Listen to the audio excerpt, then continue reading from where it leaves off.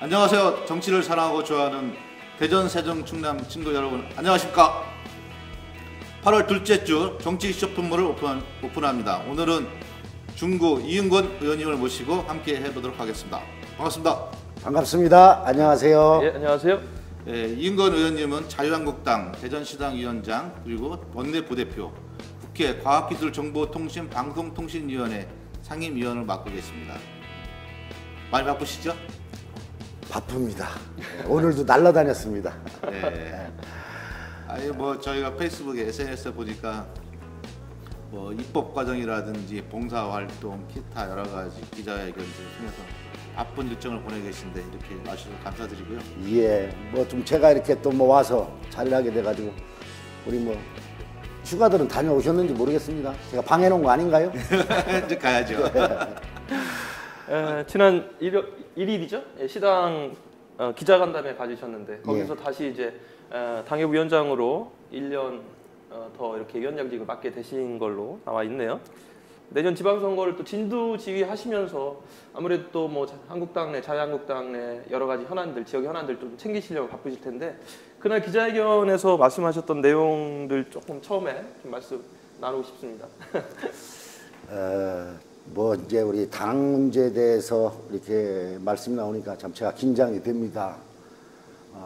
사실 제가 작년에 20대 국회에 들어와서 그동안에 대통령 선거도 치르고 네. 이렇게 하면서 참 어떻게 보면 정권도 뺏기는 그런 네. 결과를 초래했습니다. 그래서 작년 1년 동안 제가 시당위원장을 맡아서 시당을 끌어왔습니다만서도 그런 결과를 초래하다 보니 제가 시당위원장도 책임을 지고 물러나겠다는 그런 생각을 가지고 사의 표명도 했었습니다만서도 이번에 임기를 또 끝까지 마치면서 다시 시당위원장을 선출하는데 저는 사실 상당한 부담감을 가지고 그동안 정치가 대통령이 탄핵되고 이런 과정을 보면서 네. 당이 분해되고 뭐 이런 상황에서 정말 참담한 심정으로 우리 국민들께 특히 대전시당위원장으로서 자유한국당을 사랑해 주셨던 우리 당원 동지분들 뿐만 아니라 시민들에게 송구스럽기가 그지없습니다. 낯을 들 면목이 없습니다. 정말 죄송스럽다는 말씀과 함께 그러나 이대로 주저앉아서 바라만 보고 있을 수는 없지 않느냐. 네네. 정말 나라가 정상적으로 제대로 돌아가려면 건강한 야당으로라도 다시 태어나야 이 나라가 발전하지 않겠느냐. 그런 심정으로 제가 자유한국당을 혁신하고 네. 개혁하는데 앞장서야 되겠다는 그런 각오를 가지고 다시 대전시당 위원장을 수락을 했습니다. 막상 맡고 취임사를 하면서 느낀 부분들이 정말 정치 생명을 걸고서라도 당이 살아야 내가 살 수 있다. 저는 그런 각오를 가지고 취임을 했습니다. 이번에 혁신에서 강조하신 부분이 인적 쇄신을 좀 강조하셨던 것 같아요. 네. 사람을 바꾸는 게 가장 중요하긴 하지만 또 인적 쇄신이 잘못 또 해석이 되면 내년 지방선거를 앞두고 물갈이 형태의 어떤 그런 부분도 좀 우려를 갖고 있는데 어떤 내용입니까? 인적 쇄신을 맞습니다. 강조하신 내용이. 제 지금 자유한국당에서는 3대 혁신과제를 지금 목표로 하고 있습니다. 그 중에서도 대전시당인 제가 하고 싶은 일은 그 중앙당의 혁신에 발맞춰서 가장 먼저 해야 될 거는 우선 시민들의 피부에 와닿는 그런 혁신을 좀 해야 되겠다. 즉 뭐냐 하면 말로만 반성하고 혁신하고 한다고 맨날 떠들어 봐야 과연 우리 시민들이나 국민들과 공감을 하겠는가. 정말 이런 부분들을 반성해야 될 사람이 맨 앞장섰던 사람이 조용히 있어요. 아무 얘기 안 하고. 그럼 뭐 저도 포함이 되죠. 뭐 누구라고 말할 수는 없지만 네. 그러나 모두가 책임이지 누구 한 사람만의 책임 아니라고 생각합니다. 그래서 아까 말씀 제가 끊겼는데 그 인적 청산 문제도 사실은 굉장히 중요하다. 그럼 제가 왜 인적 청산 문제를 가장 먼저 서두에서 꺼내느냐 하면 그동안 우리 자유한국당은 젊은 청년들에게 소홀히 했던 점을 반성을 해야 된다고 저는 생각을 합니다. 네. 반성을 해야 됩니다. 그리고 그 반성을 기조로 해서 저는 자유한국당 그동안에 무사안일하게 기초의원이 됐든 광역의원이 됐든 국회의원이 됐든지 간에 한 사람들만 계속 정체돼서 올라왔습니다. 그러니까 하부의 청년 쪽의 젊은 사람들은 단절이 되어 있습니다. 네. 좀 연계가 돼서 계속 바톤을 이어받게끔 조직이 형성이 돼야 되는데 청년들을 예. 바른정당에서 가져가려고 하는 것 같더라고요, 자꾸. 그러니까 좀 다른 젊은 정당에서 다 친구들을- 마찬가지겠지만 네, 그동안 보수. 자유한국당이 소홀했던 점이 바로 왜냐하면 기득권 세력들만 예를 들면 공천이라는 제도가 상향식 공천 좋고 경선 좋지요. 네. 이론적으로는 좋지만 경선을 했을 때 기성정치인과 젊은 청년들과 붙여놓으면 젊은 청년이 될 수가 없습니다. 그래서 제가 주장하는 부분은 지금 여성 같은 경우에는 예. 제도적으로 의무공천을 하게 돼 있습니다. 네. 네. 바로 우리 청년들도 의무공천 시스템을 도입을 하자. 아, 예, 아주 좋습니다. 그러면 우리 대전시만 해도 7개 선거구가 있습니다. 당협이 있습니다. 네. 이 당협별로 한 명씩만 30대 젊은 사람들을 공천을 의무공천을 한다 해도 7명입니다. 그럼 대한민국 254개국 선거구 중에서 젊은 사람들 254명을 공천할 수 있는 기회가 옵니다. 네. 이렇게 해서 우리 젊은 청년들도 기회를 줘서 육성을 시켜야 되고 또 비록 경험이 적어서 낙선을 한다 하더라도 키워나가야 된다라는 네. 게 제 지론입니다. 그래서 앞으로 내년 지방선거에도 저는 중앙당에서 어떤 지침을 가지고 추진할지 모르는 우리 대전시당만 아니라 이런 부분 강력하게 추진을 해서 정리를 해서 공천 작업을 젊은이들에게 기회를 줄 수 있도록 그렇게 하려고 생각을 하고 있습니다. 네, 30대 청년을 당협별로 이제 한 명씩 의무경천을 하는 그런 방안들을 예. 지금 가장 인적쇄신의 중요한 부분으로 지금 말씀하신 것 같아요. 예. 그래서 그것과 더불어서 이제 뭐 정치대학원이라든가 아카데미도 예. 연계선상에서 좀 개설을 하셔서 운영하시겠다는 것이죠. 예. 그러려면 많이 좀 알리셔야 되겠네요. 예, 그래서 이런 예. 부분들을 이제 홍보도 지금 하고 있고 포스터도 붙여놓고 있습니다만서도 네네. 기존에 하지 않았던 사람들 위주로 아. 신인들로 위주로 해서 담은 몇 명이 되더라도 이런 대학원을 운영을 해서 육성시키고 나가야 그리고 아직 되겠다. 구체적으로 인적 누구 아웃시키고 누구 등용시킨다 이런 건 없는 거죠? 그것은 이제 뭐 솔직하게 말씀을 드리면 저 나름대로 대전시는 다 파악을 하고 여러 가지 이제 조사도 해보고 있습니다만서도 이제 중앙당에서 지금 기조가 조기 공천을 하겠다라는 게 기본 방침입니다. 내년 조기 공천. 6월 13일이 지방선거가 이루어진 날짜인데 네네. 우리 홍준표 대표께서는 1월 말까지는 내년 지방선거에 출마자들 조기 공천을 하겠다라는 게 기본 방침입니다. 그러면 거기에 발 맞춰서 우리 대전시당도 조기 공천을 할 수 있는 그런 시스템. 당내 경선이 1월 올해 말부터 본격적으로 하겠네요. 그러면. 그래서 지금 우선적으로 조직 개편에 착수한 부분이 당협위원장들부터 합니다. 예. 당협위원장부터 지금 착수해서 12월까지는 각 당협위원장들을 다시 재정비하겠다라는 게 중앙당의 방침이고. 지방선거에서 또 가장 중요한 게 아무래도 시장 후보 아니겠어요? 예. 그렇죠. 시장 시장 후보를 통해서 뭐 구청장이라든가 기초단이 내려올 텐데 일단 자유한국당 대전시 같은 경우는 뚜렷한 시장 후보군이 지금 나타나고 있지 않다. 뭐 이렇게 좀 많은 분들이 생각을 하고 있는데 예. 그 부분에 대해서 좀 오늘 나오신 김에 좀 말씀해 주시면 좋을 것 같은데. 글쎄 그 부분에 대해서는 저도 비밀로 가져가야 되지 않겠습니까? 무기를 써먹으려면. 근데 뭐 없는 건 아닙니다. 네네. 하시겠다고 하는 분들은 많이 있습니다. 그러나 그분들이 과연 예.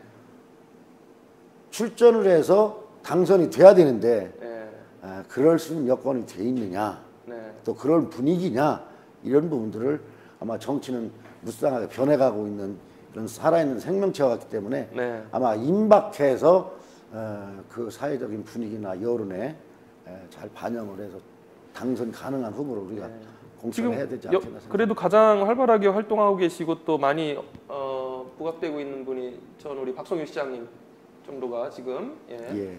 활발하게 활동을 하고 계신 걸로 알고 있고 현역으로 계신 국회의원분들은 뭐 아직은 뭐 그런 구체적인 의사는 표하지 않은 걸로 이렇게 나오고 있네요. 예. 뭐 그 정도 선에서만 저희들이 이해하면 되겠습니까? 더 있습니다. 더 있는데, 더 있는데 예. 아까 말씀드린 대로 우리 박성효 전 시장님 같은 경우는 좀 열심히 다니는 걸로 저도 알고 네. 있습니다. 아주 뭐 더운 여름 날씨에 되면 여기저기 많이 다니는 걸로 알고 있고 또 저를 포함해서 현역 의원이 3명 있지만 네. 저는 초선이고 네. 또 재선 의원이 2분 계신데 그분들도 부담을 갖는 부분이 의원직을 사퇴하고 네. 시장에 도전한다는 것이 아마 상당 부담을 가지고 있지 않나 저는 그렇게 생각을 합니다. 또 한편으로 지금 권선택 시장께서 여러 가지 그 선거 과정의 문제로 인해서 현재 아직 판결이 결정되지 않은 상태인데 이런 여론도 있어요. 선수 교체론이라고 그래가지고 판결 여하를 떠나가지고 예. 권 시장 체제로 민주당에서 시장 선거를 치르는 것이 과연 합당하냐 이런 여론도 있는데 뭐 타당이지만 또 지역에서 정치를 하시는 입장에서 그 부분에 대해서 어떻게 생각하시는지 한번. 뭐 저는 뭐 타당에 대해서 제가 이렇다 저렇다 얘기하는 거는 바람직하지 않다고 생각을 하지만 네네. 아마 이제 그 선거 과정에서 있었던 선거법이라든지 정치자금법 문제에 대해서 우리 대전 권선택 시장이 이제 고초를 겪는 걸로 알고 있습니다. 근데 뭐 그런 걸 다 떠나서 보면 우리 권 시장 같은 경우는 행정가입니다. 네. 그 시에서도 그렇고 중앙에도 그 행정직이기 때문에 아마 그만한 분이 또 있겠는가 저는 그런 생각도 해봅니다. 네. 예. 솔직하게 말씀해 예, 주시는군요. 멋있습니다. 뭐 타당이라고 해서 일방적으로 아니죠. 뭐 정의하지 대전 않으시- 발전을 위해서는 예. 누가 적임자인지 뭐 그걸 그렇다고 해서 우리 자유한국당에서 내는 후보보다 월등히 더 훌륭하다 그건 아니고 더불어민주당 내에서는 그만한 후보가 또 있겠느냐라는 저는 그런 말씀을 드렸습니다. 혹시 그게 만만하게 보시는 건 아니시죠? 아유 절대 아닙니다. 아닙니다. 훌륭하신 분입니다. 그간에 국회의원 초선이시지만 많은 그 입법 발의도 하시고 지금 보니까 뭐 최근에 특히나 우리 지역과 밀접한 연계가 있는 그 도청 이전 관련된 법안 발의하셔서 지금 일정 성과가 있는 걸로 알고는 있는데 아직 피부에는 와닿지 않아요. 예. 좀 조금 제가 설명을 드려야 되겠네요.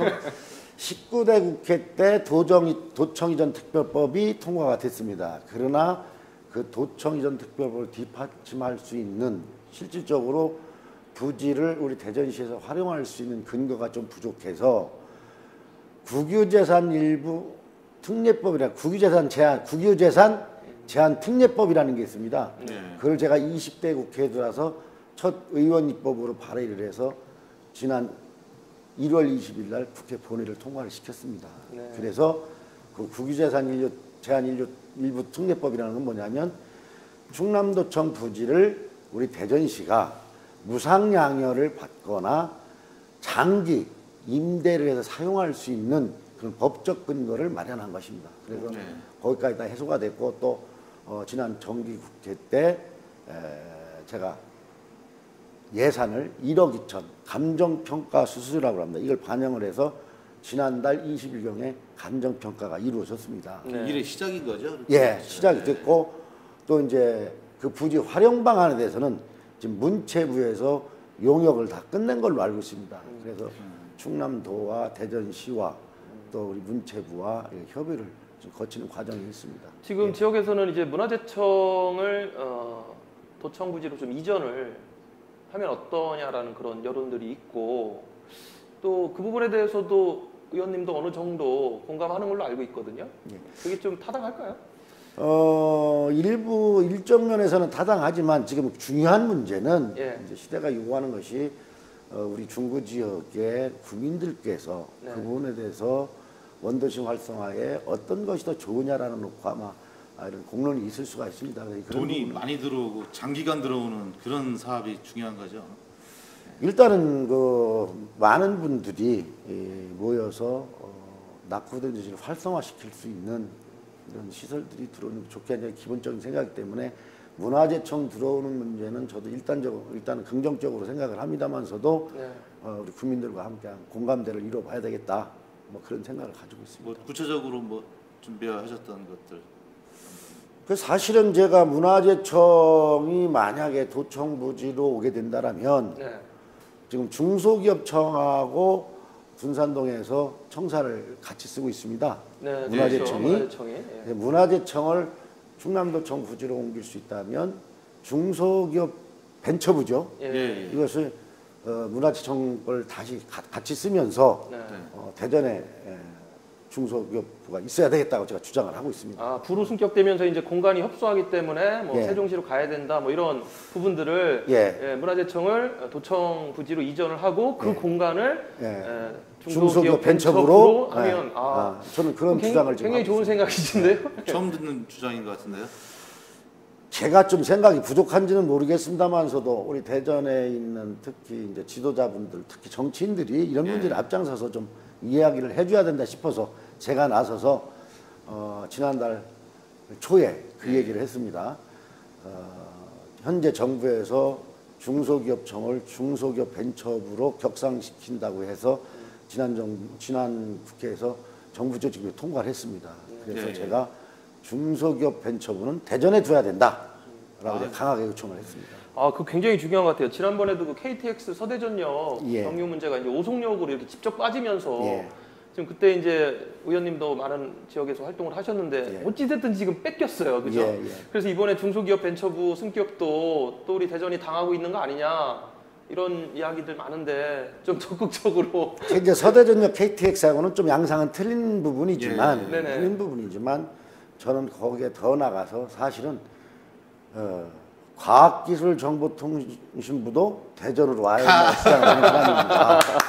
대전이 과학의 메카입니다. 대한민국에. 네, 그럼요. 우리 대덕 연구단지가 있습니다. 제가 주장했던 것이 지난 청문회 때도 마찬가지고 세종시도 부족하다던데 공간이. 했던 부분이 뭐냐면 예. 대전을 4차 산업혁명 도시로 만들어야 된다고 제가 주장했습니다. 예. 문재인 대통령도 대선 당시에 공약을 했습니다. 예. 예. 그래서 제가 정부에 강하게 대전을 4차 산업혁명 도시로 만들어야 된다고 그래서 지금 과학정보통신부도 대전에 둬야 된다. 네. 제가 주장을 하고 있는 겁니다. 지금 이은건 지금 국회의원께서는 정치 이력이 꽤 오래되신 걸로 알고 있는데 그 내용들을 좀 또 많이 모르세요. 그냥 강창희 전 의원 보좌관으로 입문했다. 뭐 이 정도만 좀 알고 있고 중구청장 역임하시고 초선 국회의원 하신다. 이 정도로 알고 있는데 그 어떻게 처음 이게 정치를 하실 생각을 하셨는지. 저는 어떻게 보면 성격이 사람들하고 어울리는 걸 좋아합니다. 그래서 네. 사실은 고등학교 다닐 때 우리 선생님이 그런 말씀을 하시더라고요. 제가 이제 토목을 전공했습니다. 대학에서. 네. 그랬더니 성격이 발달하고 사람들을 어울리고 리더십이 있다고 너는 가서 노가다에 십장하면 딱 맞겠다. 그런 얘기를 하셨어요. 전 세계적으로 마초들이 다 그래서 강성을 권력을 갖고 그러다 있는데. 보니까 어떻게 뭐 제가 생각했던 것보다도 예. 오히려 정치 쪽에 이렇게 인연이 돼서 제가 87년 8월 17일 날 네. 이제 이렇게 꼬마로 쫓아다니면서 정치를 배우기 시작해서 예. 올해까지 횟수로 한 34년 된 것 같습니다. 너무 겸손한 표현 아니에요, 꼬마? 국회의원 되기까지 34년 걸린 것 같습니다. 그러나 제가 하고 싶은 것은 옛날에 보았던 정치하는 국회의원들이나 네. 이런 양상하고는 지금 전혀 이제 새롭게 변해가고 있습니다. 그래서 뭐 김영란법도 생기고 국회의원들이 갑질한다고 해서 저는 사실은 갑질이 뭔지를 모르겠는데 오히려 조심스러운 것만 더 많습니다. 걸음걸이도 조심해야 돼요. 뒤에서 걸어가는 것만 봐도 안답니다. 그래서 만인한테 머리를 숙이고 계시고 말도 조심하고 그래서 저는 뭐 우리 대전 중국 국민들한테 더 나아가선 정치를 보시는 후배들 또 국민들한테 정말 국회의원으로서 리더로서 부끄럽지 않게 예. 그런 정치인으로 남고 싶다라는 게 제 생각입니다. 예, 그 강창희 전 의원하고 그러면 처음 그 인연이 된 거는 뭐 누구 소개로 가신 거예요? 아니면 뭐 이렇게 우연히 어떤 행사 갔다 만나셨는지? 우연히 행사 갔다가 뭐 그냥 그렇게 만날 수는 없고 사실은 그 강창희 회장님 처남이 예, 저하고 동기입니다. 대학교? 고등학교 동기입니다. 고등학교 동기. 아, 근데 동기인데 그냥 동기가 아니라 네, 용문동에서 살 때 길 예, 건너 하나 있어가지고 예, 그 강창희 회장님 처갓집이 거기서 슈퍼를 했었어요. 근데 내 친구가 거기서 이제 어머니가 슈퍼를 하시니까 네네. 그 이제 배달도 가고 신부를 하면 같이 쫓아다녔어요, 제가. 길 건너 살다 보면. 그러니까 자동적으로 이제 어머님, 그 장인 장모님도 제가 잘 알게 되고 뭐 이렇게 해서 그 장인어른께서 저를 눈여겨보셨던 거예요. 아버님께서, 친구 아버님께서. 아, 연구원이 저는 보니까 똘똘하고 일도 잘하고 뭐 해가지고 힘도 하니까 세시고. 자기 사위가 정치 한다고 그러니까 예. 저는 붙다가 심부름 시켜야 되겠다가 저를 그때 수행을 시켰습니다. 아, 그래서 우연찮게 인연이 돼서 여기까지 오게 됐습니다. 그것 때문에 한동안 또 어려운 적도 있었죠. 이렇게 강 의원님. 뭐 사람이 살다 보면 지지가 다 떨어지다 어려운 보니까. 점 있지요. 그러나 그거는 예. 저는 다 그분 덕분에 제가 여기까지 올 수 있었다고 생각하지. 예. 그것도 저에게 준 다 어떤 좋은 밑거름이 되는 거라고 생각을 합니다. 요즘 연락은 좀 하세요? 그럼요. 오늘 생신입니다. 그러세요? 34년 전에 인연을 꾸준히 이어가시면서 의리 있는 정치인으로 예. 이렇게 성장을 하고 하셨네요. 제가 더 잘. 지금 중구가 아무래도 지역구이시다 보니까 중구 지역에 대한 애정 많으시고 전 구청장도 하셔서 그런지 보문산 관광자원화를 위해서 이전부터 추진하시던 사업이 있으셨죠? 예. 예. 제가 2006년도부터 구청장을 2010년도까지 했습니다. 그래서 제가 2007년도경에 보문산 프로젝트 6년기를 가지고 시와 협의를 해서 사실은 보문산에 총 7,800억을 투입을 시켜서 보문산을 관광 자원화시키려고 구상을 했었습니다. 그래서 대사천 생태보건공사부터 시작을 해서 뿌리공원까지 예. 이걸 1박 2일 코스로 관광 자원화시켜가지고 민자 포함해서 7,800억을 투입을 시켜서 그쪽에서 우리 중구의 경제 한 축을 담당하자라고 해서 개발 계획했고 또 중구 원도심은 문화예술의 도시를 만들자. 예. 그래서 어떤 문화예술이 고부가 가치를 창출해낼 수 있는 아주 가장 중요한 경제 주체가 될 수 있다 저는 그렇게 판단을 했습니다. 그래서 두 축을 가지고 중구 경제를 살려봤던 그런 계획을 가지고 있었는데 제가 참 부족하나 해서 구청장 다음 선거에서 낙선을 했습니다. 그래서 낙선하셔도 더 잘 됐죠. 전화위복해서 그래서 제가 국회의원이 되고 보니까 그런 욕심은 있지만 국회의원은 단체장들처럼 무슨 사업을 진행하고 추진할 수 있는 그런 시스템은 아닙니다. 그래서 시장이나 구청장들께서 그런 사업을 추진할 때 정부에서 도와줄 일을 제가 도와주는 역할이 국회의원이 할 일이다 생각해서 제가 다 할 수는 없고 그래서 일정 부분 사업을 추진해야 되겠다 대전시하고도 협의해서 한 것이 바로 선거 때 공약했던 보문산에 타워를 만들자.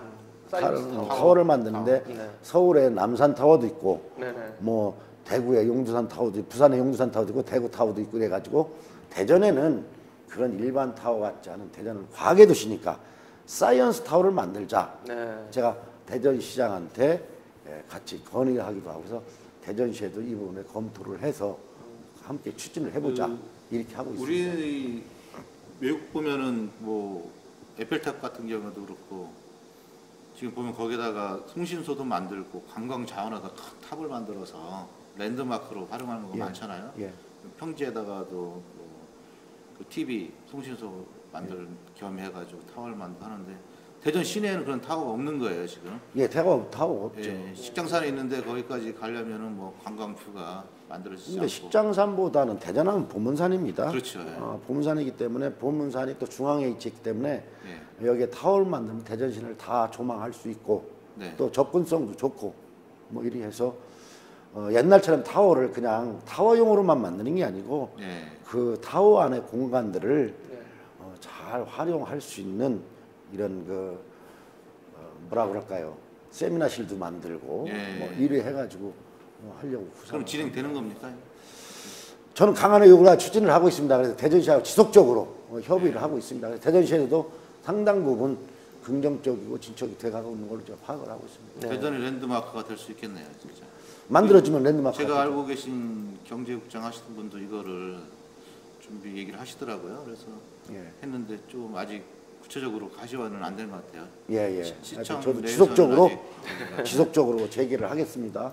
하고 또 많은 대전시에도 제가 뭐 대전에 자기부상 열차가 연구단지에 있지 않습니까? 네네. 이런 부분들도 우리 대한민국을 보면 대전처럼 3대 하천을 끼고 있는 도시가 별로 없습니다. 이 3대 예. 하천을 활용해서 자기부상 열차도 운행해보는 방법도 제가 제안을 하고 여러 가지를 하고 있습니다. 이게 보시면 인사청문회 지난번 방송통신위원회 위원장 이효성 위원장 부결됐는데 채택을 안 했는데 임명 강행했어요? 이제 저희 과학기술 정보통신위원 장관 청문회도 했고 예. 또 얼마 전에 방송통신위원장 청문회도 했습니다. 예. 근데 장관 청문회 때는 제가 부적격으로 제출을 했습니다. 그러나 뭐 대통령이 임명권자로 라고 해서 임명을 장관도 했습니다. 근데 이번 같은 경우 이호성 방송통신위원장 같은 경우는 네. 문재인 대통령이 선거 때 지던 5대 배제 원칙 말고도 네. 예. 한 5개, 6개가 더 있더라고요. 그래서 제가 파악한 11개 정도 됩니다. 네. 예. 전부 문제가 걸려 있어요. 그래서 청문보고서 채택을 아예 더불어민주당에서도 우리 야당에게 하자고 제안을 하지를 못했습니다.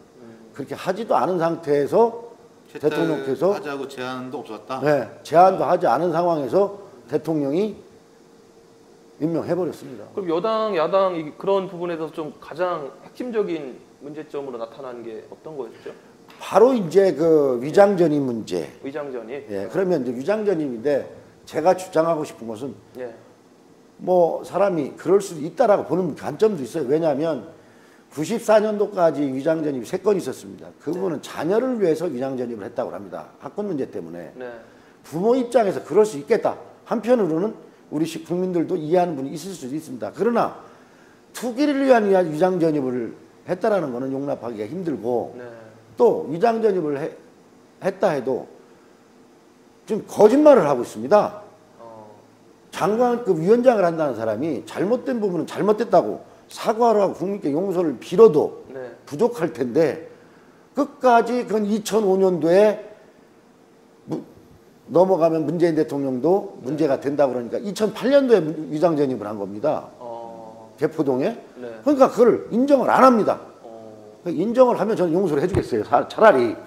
근데 장관직까지 한다는 사람이 끝까지 거짓말하는 부분에 대해 이거는 정말 용납이 안 되겠다는 게 제 생각입니다. 죄송해도 제가 자세히 못 봐갖고 그때 그걸 드릴 말씀은 없는데 과거에 장상 총리인가요? 예. 위장전입 때문에 그때 지금 과거 정부에서는 네. 11명인가가 낙마를 깨내고 김병준 사회부 총리 같은 경우도 18일 만에 사퇴했습니다. 예. 네. 지금 교육부 총리가 김상곤 장관 아닙니까? 예. 똑같은 자리입니다. 근데 오히려 김병곤 그때 부총리 사회교육부 장관은 이거보다 덜한데도 18일 만에 사퇴를 했고 김상곤 장관은 더한데도 사퇴 안 합니다. 근데 이 야당에도 문제가 많은 거 아니에요? 국민적 지지를 못 받고 있으니까 그런 얘기들이 바로 이제 문재인 대통령이 대통령 된 지 불과 이제 얼마 안 됐다고 그래가지고 국민들 지지를 바탕으로 해서 네. 청문회는 참고용일 뿐이지 뭐 임명은 대통령이 한다는 게 청와대 입장이라고 그래요. 네. 근데 결국 과거 정부도 그래서 무너졌습니다. 예. 인사를 잘못해서. 인사, 예. 소통이 안 되는 거죠. 그러면 청문회가 참고용이면 할 이유가 없잖아요, 이제 앞으로. 저는 좀 봐줄만 한 것 같던데 제 개인적으로 이유성 위원장님은 좀 알아서 저도 개인적으로 훌륭하다고 생각하는데 예. 거짓말을 해서는 안 된다라는 거죠. 예. 최소한 진실해 해야지 예. 자기가 한 말은 자기가 지킬 수 있어야 뭐 리더가 되는 거라고 저는 생각을 합니다. 그래서 그런 면에서는 저는 부적합하다고 생각했는데 여당에서도 조차 청문보고서 채택을 하자라는 그런 얘기도 없었습니다. 그러니까요, 그 청문회 제도 자체를 좀 이제 국회에서 좀 손을 볼 때가 아닌가 그런 여론들이 많이 있고 왜냐하면 예. 그 5대 원칙이라든가 뭐 이런 것들이 너무 좀 이전 방식으로 그 이제 좀 뭐라고 해야 될까요? 이렇게 자격보다는 본질적인 부분보다는 좀 이렇게 그런 부분들이 좀 있어가지고. 업무 역량 평가라는 이런 부분에서는 많이 잘 모르는 것 같아요. 그러니까 네거티브한 부분만 많이 설명이 되고 대중적으로 이렇게 알려지고 언론 보도가 되고 저는 자질이랄까요? 경쟁 이런 부분. 저는 자질이 중요하죠. 능력 네. 중요하죠. 그러나 기본 인성이 더 중요하다고 봅니다. 네. 기본적인 인성을 어떻게 깔고 있냐가 아무리 좋은 기술을 가지고서 나쁜 데 써먹으면 그건 좋은 기술이 아닙니다. 저는 그렇게 생각을 합니다. 그래서 그런 문제가 앞으로 청문회가 제도적으로도 손봐야 될 부분이 있지만 또 지금 말씀 그런 부분들 있잖아. 이런 부분들도 성숙된 그런 자세, 이 양반 전문 분야가 해야 될 일이 그쪽 분야의 자질이 어떠냐, 뭐 이런 부분을 보고 제가 했던 거는 전에 부위원장을 하셨었죠. 방송. 그때 그 지역 균형 발전 관련된 지역 언론 발전 관련된 내용들을 많이 추진하셨어요. 그래서 이제 지역 언론에서는 많이 환영하는 편들이 있는 거죠. 지역 미디어나 이런 데서는 뭐 중앙 언론 중심이 아니고 지역에 여러 가지 일들을 해줄 부분이 있어서 기대감도 많고 그런 부분이 있습니다. 뭐 저도 잘 지켜보겠습니다만 우리 지역 언론에서도 잘 하실 수 있도록 좀 많이 도와주십시오. 오늘 참 김대무 대표님 그 사진 좀 준비해 오신 것 같은데 제가 보니까 페이스북에 들어갔더니 뭐 봉사활동도 많이 하시고 근데 제가 인상적인 사진 하나 봤어요. 사진을 보니까 딴 데 쳐다보고 계시네. 약속하고 있는데 이럴 때 요즘 마음이 어때요? 시민들 좀 이게 아침 일찍부터 가셔가지고 어디 가시는데 여행 가시는데 인사도 하고. 그래 내가 딴 데 쳐다보고 있는 건 아니지요. 얼굴인데. 이제 여러 사람 만나다 보면 이런 사람도 있고 저런 사람도 있고 아마 그때 갑자기 어떤 사람이 나타나셔서 거기 쳐다보고 계시는 것 같습니다. 요즘 시민분들 만나시면은 무슨 얘기 제일 많이 들으세요? 저 나름대로는 정말 우리 중구를 위해서 열심히 일을 해야 되겠다 생각을 하고 나름대로 열심히 뗍니다. 그럼 저렇게 만나면 좋은 격려 말씀도 많이 해주시고 그래도 뭐 솔직한 표현을 하면 이은권이 자네는 그래도 똑바른 길을 가고 있는 것 같아서 좋다는 사람도 있습니다. 쓴소리는 안 하세요? 뭐 그보다도 오히려 다른 의원들 뭐 쉽게 얘기해서 뭐 제가 지칭은 못하지만 그렇게 하지 마라. 그 친박 쪽에 계신 의원님이신가 보죠? 얼마 전에 뭐 수해 현장도 다녀오셨던 것 같아요. 우리 이웃 동네 청주가 갑자기 그렇게 한 300mm 폭우가 쏟아져가지고 뭐 농작물들도 말도 아니고 해가지고 가보니까 정말 그 농민들이 손을 놓고 실험을 하고 있더라고요. 그래서 우리 시당 차원에서 버스 한 대 가지고 하우스 가서 전부 다 걷어내고 이렇게 하면서 호박 농사, 오이 농사, 이 농풀 또 그 비닐 바닥 깔은 거 이거 전부 막 진흙이 덮치고 그랬는데 이거 다 걷어내고 뭐 이렇게 했으면 더 지나면 더 악취가 심해서 못할 것 같더라고요. 아니 이렇게 국회의원분들도 이렇게 달려가셔가지고 타 지역에 있는 이렇게 봉사하시고 정말 노력하시는데 정작 그 도의원은 뭐 이상한 말을 해가지고 상처를 주고 그죠? 그래서 또 한국당 이미지도 많이 깎아먹고. 글쎄 그런 사람이 있었는지도 저는 모르겠어요. 왜 그런 사람이 자유한국당에 있었는지 모르겠어요. 그래서 우리 대전시당만큼은 내년부터는 지방선거 공천을 좀 잘해서 이런 사람들이 좀 없도록 하겠습니다. 인적 쇄신이 좀 필요한 것 같습니다. 그런 뉴스 접하면 진짜 답답하실 것 같아요. 뭐 이야기 가운데 또 뭐 우리 또 대표 홍준표 대표께서 이제 당을 또 이끌어 가시는데 내부적으로는 어떻습니까? 좀 저는 뭐 아직 이제 홍준표 대표 체제가 들은 지 얼마 안 됐지만 제가 그런 말씀을 드렸습니다. 사석에서 대표님께서는 왜 자유한국당의 대표가 되셨다고 생각을 하십니까? 당원들의 75%가 홍준표 대표가 좋아서라기보다도 당이 처한 현실이 비록 홍준표 대표님이 독고다이고 말을 실수하는 부분도 있다고 하지만 자유한국당을 국민들이 원하라면 뒤집어 엎어볼 수 있는 사람은 홍준표 대표라고 생각하기 때문에 우리 당원들이 지지를 했습니다. 혁신을 할 수 있는 정당이다. 그래서 지금 현재가 잘해서가 아니고 앞으로 잘할 가능성이 아니죠. 있다고. 이 당을 혁신할 수 있는 사람이라고 생각해 당대표를 선출해 줬습니다. 다음에 대표님께서 대통령을 해야 되겠다는 생각을 하고 당을 혁신하려면 실패할 것입니다. 내가 해야 될 일은 자유한국당을 국민들로부터 사랑받는 정당으로 혁신을 이루어내는데 내 모든 사력을 다하겠다. 그것이 내 끝이다. 라고 생각을 한다면 그렇게 하고 생각을 한다면 다음번에 대통령 나올 수 있는 기회는 있을지는 모르겠습니다. 그러나 그렇지 않고 대통령을 염두에 두고 당 혁신한다면 다음번에 대통령도 나올 수 없습니다. 네. 제가 이렇게 주문했습니다. 독하게 얘기했는지 모르지만 그랬더니 뭐라세요? 공감하시고 그렇게 공감하시고? 하겠다고 말씀하셨죠. 얼마 전에 또 페이스북에 그 바른정당 지칭하면서 첩이 본처라고 우기면 안 된다 이렇게 또 말씀하셔가지고 바로 이제 우리 버럭했는데 이제 홍준표 대표님 스타일이 그것이 바로 이제 우리 국민들로부터 뭐 예를 들어 경상도에서는 먼저 번에 내려가지고 뭐 장인어른을 갖다가 영감탱이라고 뭐 이제 한다고 하잖아요. 근데 우리 충청도 사람들은 이해를 못합니다. 그럼 저런 놈 모른다고요. 그러나 경상도에서는 친밀한 표현으로 그렇게들 한다고 해요. 뭐 근데 저희는 사실은 이해가 안 갑니다. 그런 말들을 이제 함부로 이렇게 한다 해서 국민들로부터 지탄을 받는 부분도 있습니다. 미디어가 전파를 많이 타니까 어느 지역에서는 그게 친밀감을 나타내는 단어일 때도 있죠. 과거에는 그게 또 친밀감을 나타낼 수도 있었고, 근데 이제 지금 또 이렇게 잘 안 맞는 그런 상황들이 되는 것 같아요. 그래서 이제 그 홍준표 대통령 후보했던 분이 그런 막말 파문에 휩싸이고 지금 당 대표가 돼서 이제 그런 아까 바른정당 그렇게 이야기했잖아요. 근데 그 부분을 저도 많이 염려를 하는데 그 대표님은 그게 살아온 방식인지 그런 뭐 거리낌 없이 있는 그대로를 솔직하게 털어놓는 게 어떻게 보면 또 장점이에요. 그 양반은. 저는 그 얘기 들으면은 YS 그 김영삼 대통령이 생각나요. 이분은 무조건 톱이어야 한다. 신문 일면에 좋은 얘기든 나쁜 얘기든 나와야 된다 이런 지론을 갖고 계셔가지고 그런 거는 아닌지 또 많이 생각하게 되더라고요. 그래서 하여튼 우리 지금 자유한국당이 더 국민들에게 다가가고 사랑받기 위해서는 정말 진실된 반성과 함께 하나하나를 정말 혁신하고 개혁해서 바로 서야 된다. 그럼 좀 더 뭐 제가 한 말씀 더 여쭤보면 지금 대전, 세종, 충남, 충남, 세종 그 지지율이 2주 전이네요.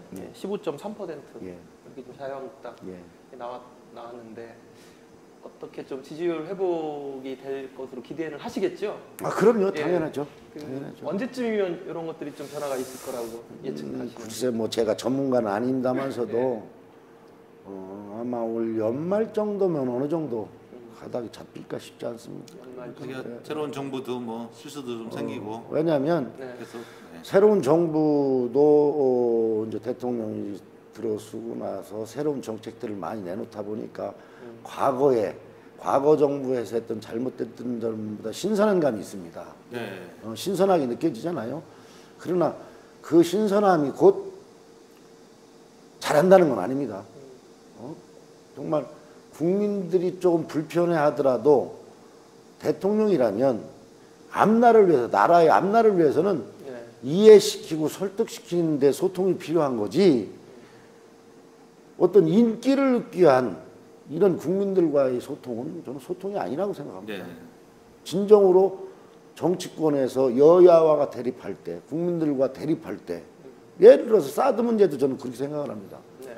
정말 이거는 이런 나라가 없습니다. 저는 지금 우리가 처해 있는 현실은 남과 북이 대치되어 있고 지금 대륙탄 탄도미사일부터 지금 ICBM을 이렇게 쏴대고 있는 상황에서 우리가 뭘로 방어를 할 건지 사드가 못마땅하더라도 이미 결정된 상황이고 또 대통령이 엊그제 조기에 나머지 4기도 배치를 하라는 지시가 있었음에도 불구하고 지금 우왕좌왕하고 있습니다. 그 다음에 아무리 잘못되다 해도 법치국가 대한민국에서 민간인이 경찰과 군인을 검문하고 있다는 것은 저는 이건 이해할 수가 없습니다. 무슨 얘기죠 그게? 성주에 사드 기지 들어가는 입구에 입구에 시위하는 거 말하는 거죠? 그렇죠. 민간인이 검문한다는 게 말이 됩니까? 과학한 표현 아니세요? 아니 지금 언론에 그렇게 나오고 있잖아요. 언론이 이제 그 보수 언론이라고 하는 칭하는 데서 아니요 지금 주로 모든 언론들을 보면 다 그렇게 나오고 있습니다. 그거는 바로 잡아줘야 됩니다. 또 더더군다나 이래서 아무리 옳다 그래도 지금 서울 시내 이제는 뭐 데모하고 집회할 일 별로 없는데 민주노총이 천막 치고 있는 거 이런 것들 있지 않습니까? 시민들한테 돌려줘야 됩니다. 이거. 그걸 안 하고 있습니다 지금. 어찌됐든 문재인 정부가 이제 인기 부합형 정책은 어느 정도 약발이 빠지고 연말쯤 되면 조금 그렇게 되겠죠.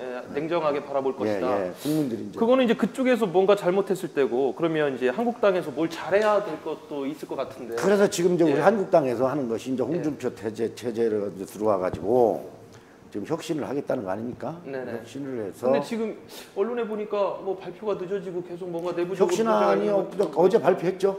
어제 발표. 어제 예. 발표했습니다. 어제 발표를 해서 뭐 보수주의 이렇게 해서 앞으로 이렇게 추진해갔다는 어제 좀 발표를 했습니다. 시대에 좀 또 떨어지는 거 아니에요, 그게? 그런 내용들 자체가. 우측으로 더 근데- 간다는 건가요? 네. 근데 더 가고 들어가다 그거는 지금까지 제가 아는 지식으로는 나라를 지탱하고 이끌어온 건 보수였습니다. 네. 이승만 대통령이 자유민주주의를 기본 바탕으로 시장 경제 원리를 지켜오면서 어찌됐든 중간중간에 우여곡절은 있었지만 국민의 자유선거를 통해서 민주주의의 어떤 씨앗을 뿌려왔고 그것이 민주화를 통해서 산업화 민주화가 거의 이루어진 이런 상황에서 물론 저는 이승만 대통령에 대해 다른 견해를 좀 가지고 있지만 난 잘한 점도 있고 잘못한 점도 있고 그러나 전체적으로 제가 볼 때 그런 보수 쪽에 보면 결국 나라를 지탱시켜오고 발전시키는 보수인데 지금 우리 자유한국당이 보수를 지칭하고 있는데 보수라는 건 항상 국민들이 바라는 만큼은 시원하게 예. 해주지를 솔직히 못합니다.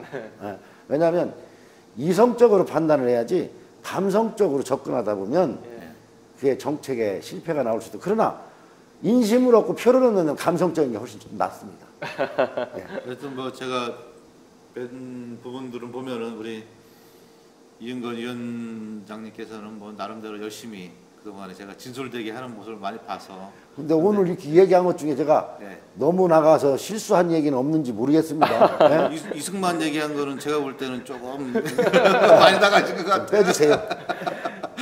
그러면 지금 뭐 보수 얘기하셨는데 보수당을 좀 합리적 보수라고 해야 되나요? 새로운 변화, 뭐 바른정당이 뭐 그렇게 지금 그렇게 얘기를 하고 있지 않습니까? 그렇죠? 그것을 저는 말로만 그렇게 할 게 아니라 이제는 행동으로 보여야 된다. 그래서 저는 우리 자유한국당이 아까 말씀드린 대로 인적 쇄신도 보여줘야 되고 제도적인 혁신도 보여주고 그런 것들이 나타나는 게 아마 올 연말까지면 우리 자유한국당의 어떤 변해가는 모습을 국민들에게 조금 보여줄 수 있지 않겠는가. 그래서 그때가 저는 그때까지 뭐 바른정당하고 또 한집 살림하고 뭐 그런 기대는 하고 계신가요? 뭐 저는 뭐 그런 홍준표 생각을 대표께서는 그것을 매번 강조를 하시더라고요. 어차피 한 몸인데 한 집인데 돌아올 것이다. 뭐 이렇게 하시는데. 근데 그 정치 상황이 어떻게 전개되느냐에 따라서 이제 변수로 작용을 할 것이고 저는 뭐 냉정하게 그렇게 합니다. 아직 저도 초선이기 때문에 그런 것까지는 다 경험. 저는 솔직하게 말씀드리면 같은 뜻을 가진 같은 이념을 가진 사람들이 몇 명이 됐든지 간에 숫자에 연연하지 않고 정치를 해야지 이 사람 저 사람 다 뜻이 같지 않은 사람 모여가지고 숫자노로만 하는 건 바람직하지 않다고 저도 생각을 합니다. 아무쪼록 뭐 저는 개인적으로 여당도 얼마 전까지 하셨고 또 다시 야당이 됐고 또 어려운 시간도 지내셨는데 여야가 합심을 해서 대전 발전, 우리 충청권의 발전을 위해서 특히 우리 이은건 의원님께서 좀 많이 앞장서줬으면 좋겠어요. 아까 같이 뭐 여러 가지 아이템들을 새로운 정부에도 제시도 하고 지금 좀 아쉬워하는 사람들이 많이 있습니다. 지금 대전에는 이번에 인사 부분에서도 충청권이 조금 배제된 건 아니냐. 배제됐죠. 네, 그리고 이제 송영무, 저는 뭐 개인적으로 송영무 장관 같은 경우에도 대전고등학교 나오고 논산이니까 대전 사람 아니야 그러는데 저는 그런 사람을 대전 사람이라고 생각하지 않거든요. 대전 이제 지금 제가 보니까 그 동안에 청와대 각 부처 장차관 뭐 총장급들 뭐 인사를 보면 순수하게 대전은 통계청장 하나밖에 없어요. 대전 사람이 한 내가 보니까 한 100여 명 가까이 되는 중에서 순수하게 대전 사람은 통계청장 하나더라고요. 그래서 제가 엊그제 보도자도 냈습니다. 우리 대전을 왜 홀대하냐. 대통령 선거 때 우리 대전 충청권에서 표 많이 몰아줬습니다. 문재인 대통령한테. 많이 줬죠. 근데 왜 인사에서는 홀대하는지 모르겠어요. 앞으로 우리 그 인사에서 홀대가 아니고 인센티브가 생기는 우리가 충청권이 중심에 서는 그날이 됐으면 바랍니다. 예, 같이 열심히 합심해서 우리 언론과 또 함께 이렇게 해서 우리 대전 발전을 일어날 최선을 다했으면 좋겠습니다. 끝으로 또 한 말씀 더 빠진 얘기 있으시면 한번 얘기해 보시죠. 항상 부족하다고 생각을 합니다. 제가 의정 활동을 하면서도 부족하다고 생각하는데 우리 시민들께서 또 특히 중국 국민들께서 부족한 저에게 더 많은 가르침도 주시고 또 타일러 주시면 열심히 뛰어서 중국을 발전을 시키는 데 앞장을 서겠습니다. 하여튼 무더위에 건강 조심하시고 안녕히 계시기 바랍니다. 고맙습니다. 네, 고맙습니다.